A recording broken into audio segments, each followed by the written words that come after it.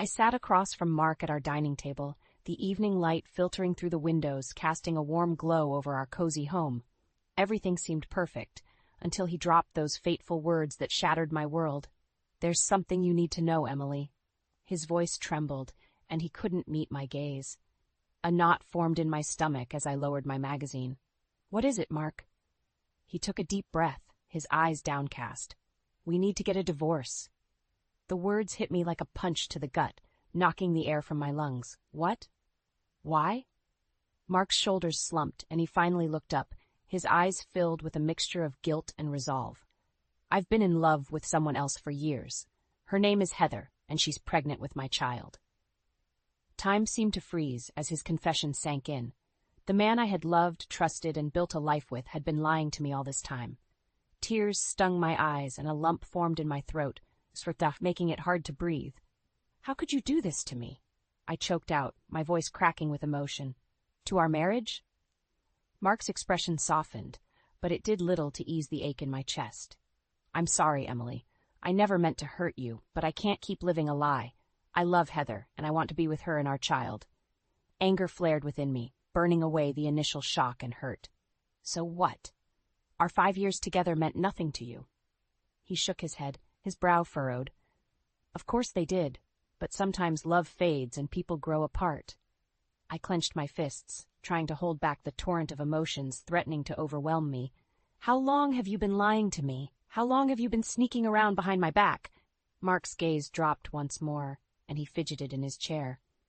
"A few years," he mumbled. My heart shattered into a million pieces.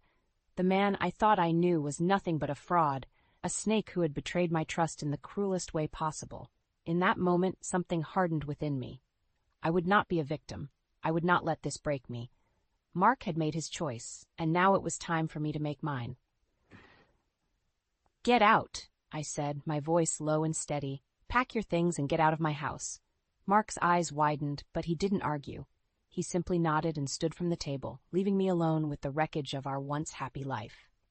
As I sat there, tears streaming down my face, I made a vow to myself. Mark would pay for what he had done. I would make sure of it.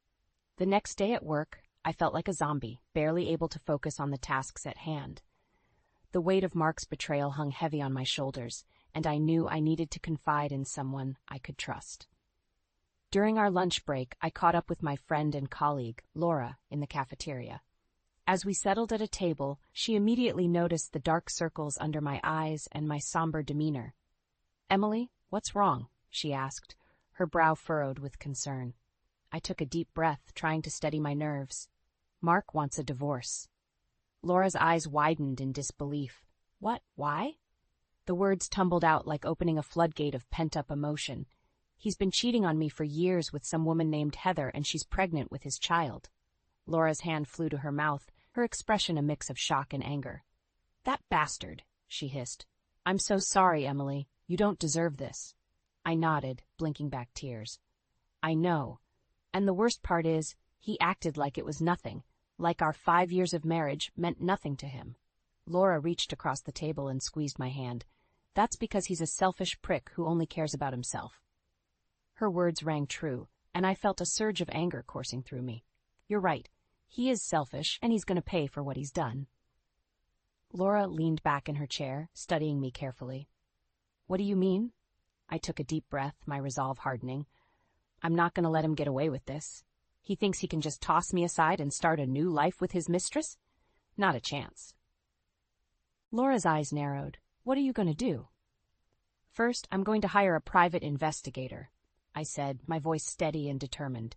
"I need to know exactly how deep this rabbit hole goes. If Mark has been cheating for years, there's no telling what else he's been hiding from me." Laura nodded slowly, a sly smile spreading across her lips. "Good idea. We need to gather as much dirt on him as possible." "Exactly," I said, feeling a sense of purpose settle over me. "And then we'll use it to make sure I get everything I deserve in the divorce." Laura's smile turned feral. "That's my girl. We'll make sure that bastard pays for what he's done." As we finished our lunch, I felt a newfound resolve coursing through my veins. Mark had made a mistake, thinking he could walk all over me and discard our marriage like it meant nothing. He was about to learn just how wrong he was. Later that day, as I sat at my desk, I couldn't shake the nagging feeling that something wasn't quite right. A wave of nausea washed over me, and I felt a cold sweat prickling at the back of my neck. Pushing through the discomfort, I made a mental note to schedule a doctor's appointment, just to be on the safe side. Little did I know, the real bombshell was yet to come. A few days later, I found myself sitting in the doctor's office, nervously tapping my foot as I waited for the results. The nausea and fatigue had only gotten worse, and I couldn't shake the feeling that something was off. When the doctor finally called me back, her expression was unreadable. "Well, Miss Anderson, the tests confirm that you're pregnant." The words hit me like a ton of bricks, and I felt the blood drain from my face. Pregnant?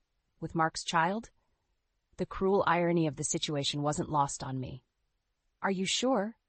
I managed to choke out, my mouth suddenly dry. The doctor nodded, a hint of sympathy in her eyes. "Yes, I'm afraid there's no doubt about it. Congratulations are in order, I suppose." I let out a bitter laugh, shaking my head. "Congratulations? My husband just left me for another woman who's also pregnant with his child. This is the last thing I expected." The doctor's expression softened. "I understand this must be a difficult situation, but try to focus on the positives. You're bringing a new life into the world, and that's something to be celebrated." I nodded numbly, my mind racing with a million thoughts and emotions. On the one hand, the idea of having a child filled me with joy and hope for the future. But on the other hand, the fact that it was Mark's child, conceived during a time when he was betraying me with another woman, left a bitter taste in my mouth. As I left the doctor's office, I felt torn in two. Part of me wanted to embrace this new chapter, to focus on the love and nurturing that comes with motherhood. But another part of me couldn't shake the anger and resentment towards Mark, the man who had so callously thrown our marriage away. When I got home, I poured myself a glass of water and sank onto the couch, my hand instinctively resting on my still flat stomach. A million questions raced through my mind. How would I tell Mark? Would he even care?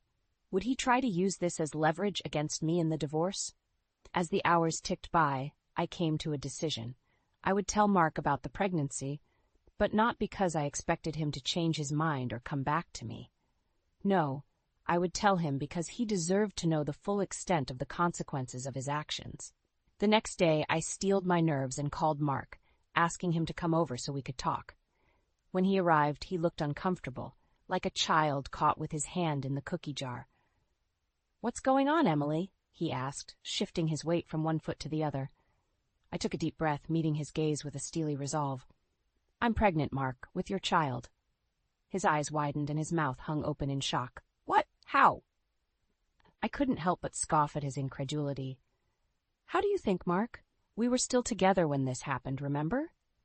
He ran a hand through his hair, his expression a mix of confusion and guilt. "But I thought, with Heather." I held up a hand, cutting him off. "Save it, Mark. I don't need your excuses or your pity. I'm telling you this not because I expect anything from you, but because you need to understand the gravity of what you've done." His shoulders slumped, and he nodded slowly. "I'm sorry, Emily. I never meant for any of this to happen."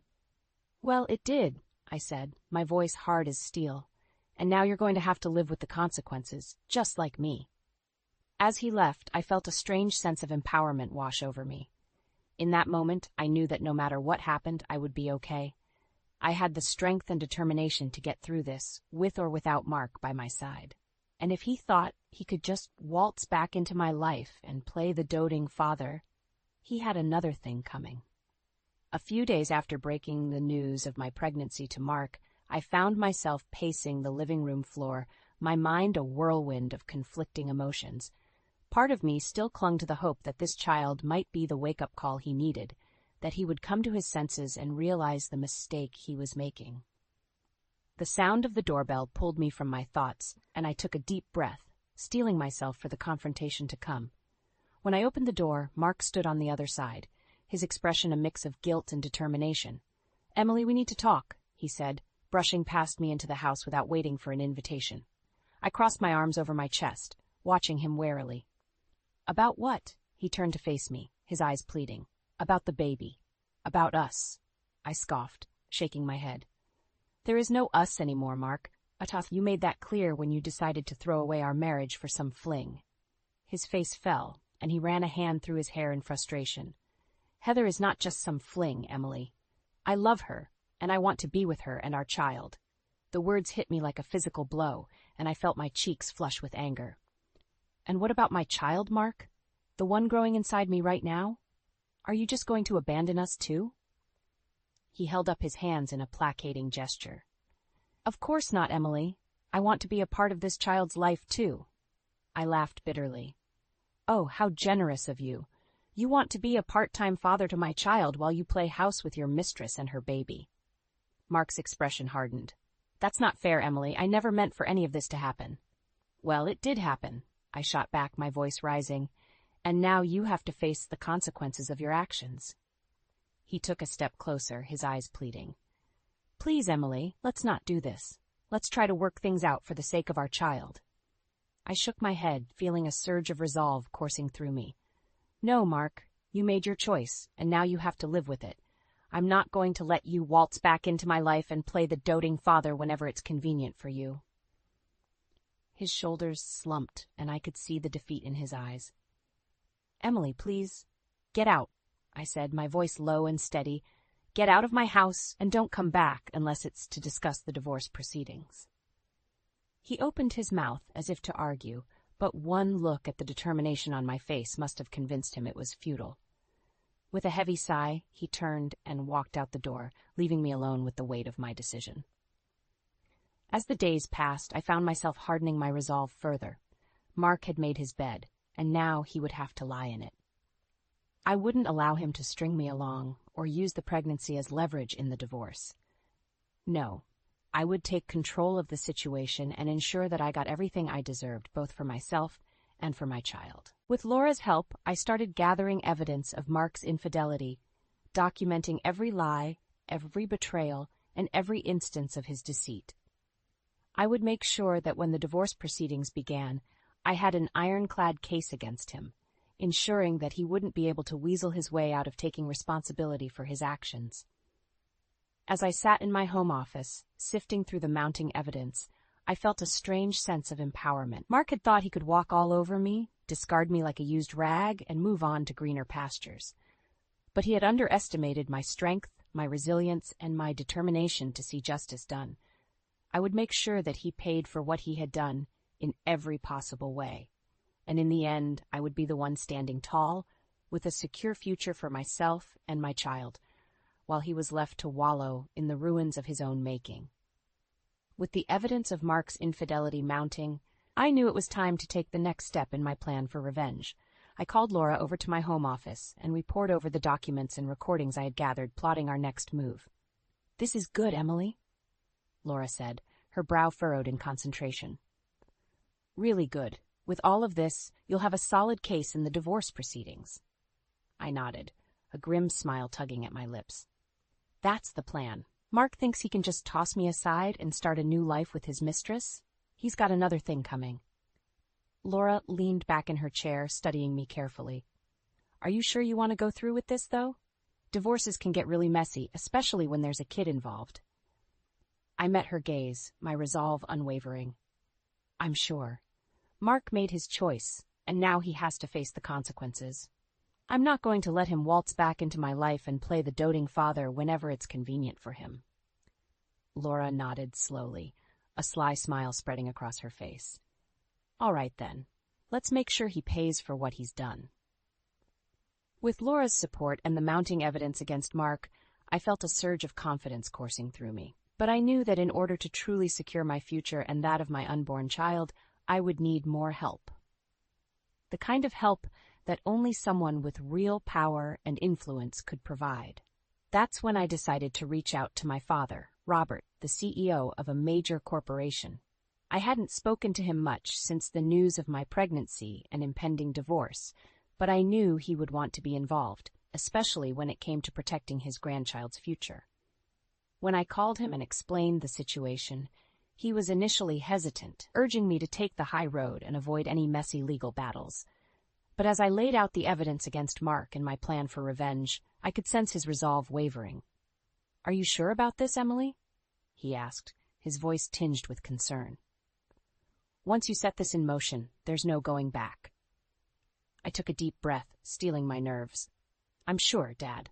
Mark betrayed me in the worst way possible, and he has to face the consequences. I won't let him get away with this, if not when my child's future is at stake. There was a long pause on the other end of the line, and then finally he spoke. All right, sweetheart. If this is what you really want, you have my full support. Just say the word, and I'll make sure you have the best lawyers and resources at your disposal. Relief washed over me, knowing that I had my father's backing. With his influence and resources, Mark didn't stand a chance.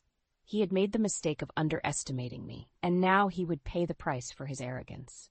Over the next few weeks, I worked closely with my father and the legal team he assembled, building an airtight case against Mark.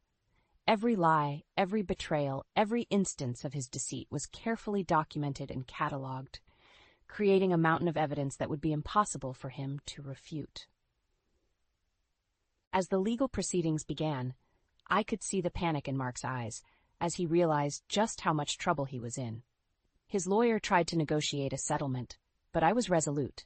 I wanted everything, and I wouldn't rest until I got it. Throughout the process, Mark tried to plead with me, to appeal to my sense of compassion and the love we once shared. But every time I looked at him, all I saw was the man who had shattered my trust and thrown away our marriage like it was nothing. And so I pressed on, my determination fueled by the burning desire for justice and the knowledge that I was doing this for the sake of my child, to ensure that they would never have to suffer the same kind of betrayal and heartbreak that I had endured. The day of the divorce proceedings, I strode into the lawyer's office with my head held high, my father and Laura by my side. Mark and his attorney were already there, and the tension in the room was palpable. As we took our seats, Mark leaned over and tried to catch my eye. Emily, please, can we talk about this? I don't want it to come to this. I met his gaze, my expression cold and detached. There's nothing to talk about, Mark. You made your choice, and now it's time to face the consequences. He opened his mouth to respond, but his lawyer placed a hand on his arm, silencing him. The proceedings began, and for the next several hours, we systematically laid out the evidence of Mark's infidelity and betrayal. With each piece of damning evidence presented, I could see the color draining from Mark's face. His lawyer tried to object and deflect, but the mountain of proof was undeniable. Recordings of Mark's secret liaisons, bank statements showing unexplained expenditures, and even private investigator reports detailing his sordid affairs, it was all there laid bare for the world to see. As the hours ticked by, Mark's composure began to crumble. He shifted in his seat, his eyes darting around the room like a cornered animal. At one point he turned to me, tears in his eyes, and mouthed the words, "I'm sorry." But it was too little, too late. I simply stared back at him, my expression unwavering, resolute in my determination to see justice served. Finally, after what felt like an eternity, the judge cleared his throat and delivered the verdict. Mark would be required to pay a substantial settlement, covering child support for our unborn child as well as alimony and other costs. He would also be forced to sell off several assets, including the house we had once shared, to cover the financial obligations. As the terms were read aloud, I could see the defeat in Mark's eyes. He had gambled everything on his affair with Heather, convinced that he could discard me and start anew without consequence. But he had underestimated my resolve, my strength, and my willingness to fight for what was rightfully mine. After the proceedings concluded, Mark tried to approach me one last time. "Emily, please, can we talk? I never wanted to hurt you like this." I turned to face him, my expression steely and unwavering. "You had your chance, Mark. You chose to throw away our marriage for a fling, and now you have to live with the consequences." He opened his mouth to protest, but I held up a hand, cutting him off. "Don't bother. It's over, Mark. You've lost everything. Your job, your money, and most importantly, your family."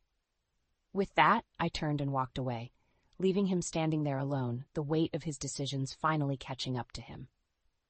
In the weeks that followed, I focused on preparing for the arrival of my child, determined to create a secure and loving environment for them. Mark's betrayal still stung, but the satisfaction of seeing him face the consequences of his actions helped to dull the pain. As I settled into my new apartment, a sense of peace washed over me. I had taken control of my life, reclaimed my power, and ensured that my child would never have to suffer the same heartbreak and betrayal that I had endured. And as for Mark, well, let's just say that his troubles were only just beginning. In the months following the divorce, my life took an unexpected turn. Thanks to my father's mentorship and influence, I found myself rising through the ranks of the corporate world at a breakneck pace. It was a sharp contrast to the struggles Mark was facing in the wake of our split. Word of his infidelity had spread like wildfire, and before long he found himself out of a job, his once promising career in shambles.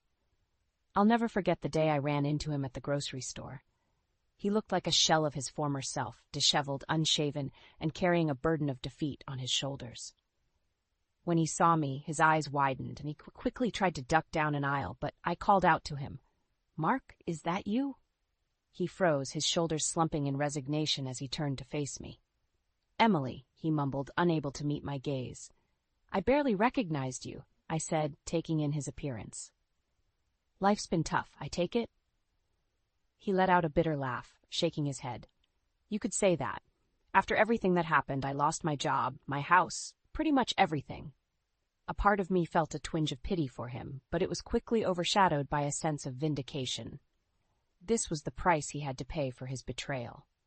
"And what about Heather?" I asked, unable to resist twisting the knife just a little bit. "I assume she's sticking by your side through all of this?" Mark's expression darkened, and he averted his gaze. "Heather left me," he muttered. "Once she found out I was broke, she took off. Said she didn't sign up for this." I couldn't help but let out a laugh at the irony of it all. "Well, what did you expect, Mark? You threw away a perfectly good marriage for her, and now she's done the same to you." His jaw clenched, and I could see the anger simmering beneath the surface. "You don't have to rub it in, Emily. I know I screwed up, okay? I've paid the price for my mistakes." "Have you, though?" I countered, taking a step closer to him. "Because from where I'm standing, it looks like you're still living in denial. You haven't truly faced the consequences of your actions." He opened his mouth to respond, but I held up a hand, cutting him off. "Let me make something clear, Mark. You lost everything because of your own greed and selfishness. You chose to betray me, to throw away our marriage for a fling, and now you're reaping what you've sown." His shoulders slumped, and I could see the defeat in his eyes. He knew I was right. "I hope you learn from this, Mark," I continued. "I hope you understand the pain and heartbreak you've caused, not just to me but to everyone around you. Because if you don't, you're destined to repeat the same mistakes over and over again." With that, I turned and walked away, leaving him standing there alone, a broken man consumed by the weight of his own actions. As I made my way through the rest of the store, a sense of satisfaction washed over me. It wasn't just the fact that I had won the divorce settlement or that I was thriving in my career. No, what truly mattered was that I had taken control of my life, refused to be a victim, and ensured that Mark faced the consequences of his betrayal. And as I rubbed my growing belly, feeling the gentle flutter of my unborn child, I knew that I had made the right choice. My child would never have to endure the pain and heartbreak that I had experienced. They would grow up knowing that their mother was a strong, resilient woman who fought for justice and refused to let anyone take advantage of her. From that day on, I vowed to be the best mother I could be, pouring all of my love and energy into creating a secure, nurturing environment for my child. And as for Mark, well, he would have to find his own way, living with the consequences of his actions for the rest of his life. The months flew by, and before I knew it, I found myself sitting in the plush leather chair of the CEO's office, the very same chair my father had occupied for decades. As I looked around at the sleek modern decor and breathtaking views of the city's skyline, a sense of pride and accomplishment washed over me. I had come so far, rising through the ranks with a determination and drive that had left my colleagues in awe. And now, here I was, taking over the reins of the company from my father, ready to lead it into a new era of success. As I settled into my new role, I couldn't help but reflect on the journey that had brought me to this point. The pain and heartbreak of Mark's betrayal, the grueling legal battle, and the long road to rebuilding my life, it had all been worth it to get to where I was today. A soft knock on the door pulled me from my thoughts, and I looked up to see my assistant poking her head in. "Miss Anderson, you have a visitor." I frowned, glancing at my schedule. "I don't have any appointments scheduled for this afternoon." The assistant shifted uncomfortably. "It's your ex-husband, Mark. He's insisting on seeing you." A flicker of annoyance flickered within me, but I quickly tamped it down.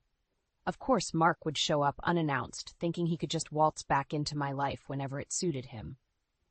"Send him in," I said, straightening in my chair and adopting a cool, professional demeanor.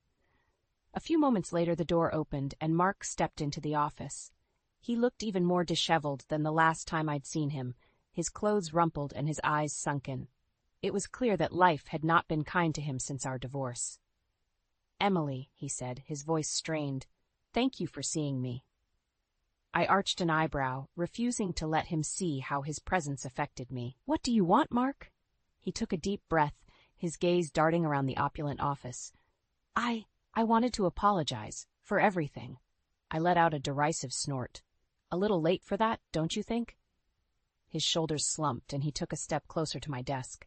"I know I can never make up for what I did to you, to us, but I want you to know that I regret it every single day." "Do you?" I challenged, leaning back in my chair. "Because from where I'm sitting, it looks like you're only sorry because you got caught and lost everything." Mark flinched as if I had struck him, but he didn't deny it. "You're right," he admitted softly.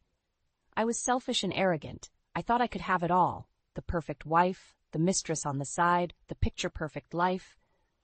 But in the end, it all blew up in my face, and I lost everything that truly mattered." I studied him carefully, searching for any hint of deception or manipulation, but all I saw was a broken man, a shadow of his former self, consumed by the weight of his own mistakes. "I don't expect your forgiveness," he continued. "I just wanted you to know that I understand the gravity of what I've done, and I'll spend the rest of my life trying to make amends, even if it's never enough." A heavy silence hung in the air, and for a moment I considered offering him a sliver of forgiveness, a chance to absolve himself of the guilt that so clearly weighed him down. But then I remembered the pain he had caused, the trust he had shattered, and the future he had nearly robbed from me and my child. "You're right, Mark," I said, my voice low and steady. "You can't make amends for what you've done, not to me and certainly not to our child."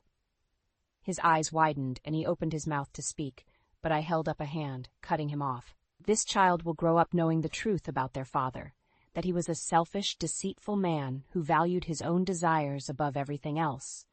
They will know that you betrayed us in the worst possible way, and that you were too weak and cowardly to face the consequences." Mark's face crumpled, and I could see the impact of my words hitting him like a physical blow. But I didn't stop there. "You had your chance at happiness, Mark. You had a loving wife and the opportunity to be a father, but you threw it all away for a fleeting moment of pleasure. And now you'll have to live with that regret for the rest of your life." He opened his mouth, perhaps to plead or beg for forgiveness, but I held up my hand once more. "I think it's time for you to leave," I said, my voice leaving no room for argument. "And don't bother coming back. You lost the right to be a part of our lives a long time ago." With that, I turned away from him, dismissing him from my presence and my life once and for all.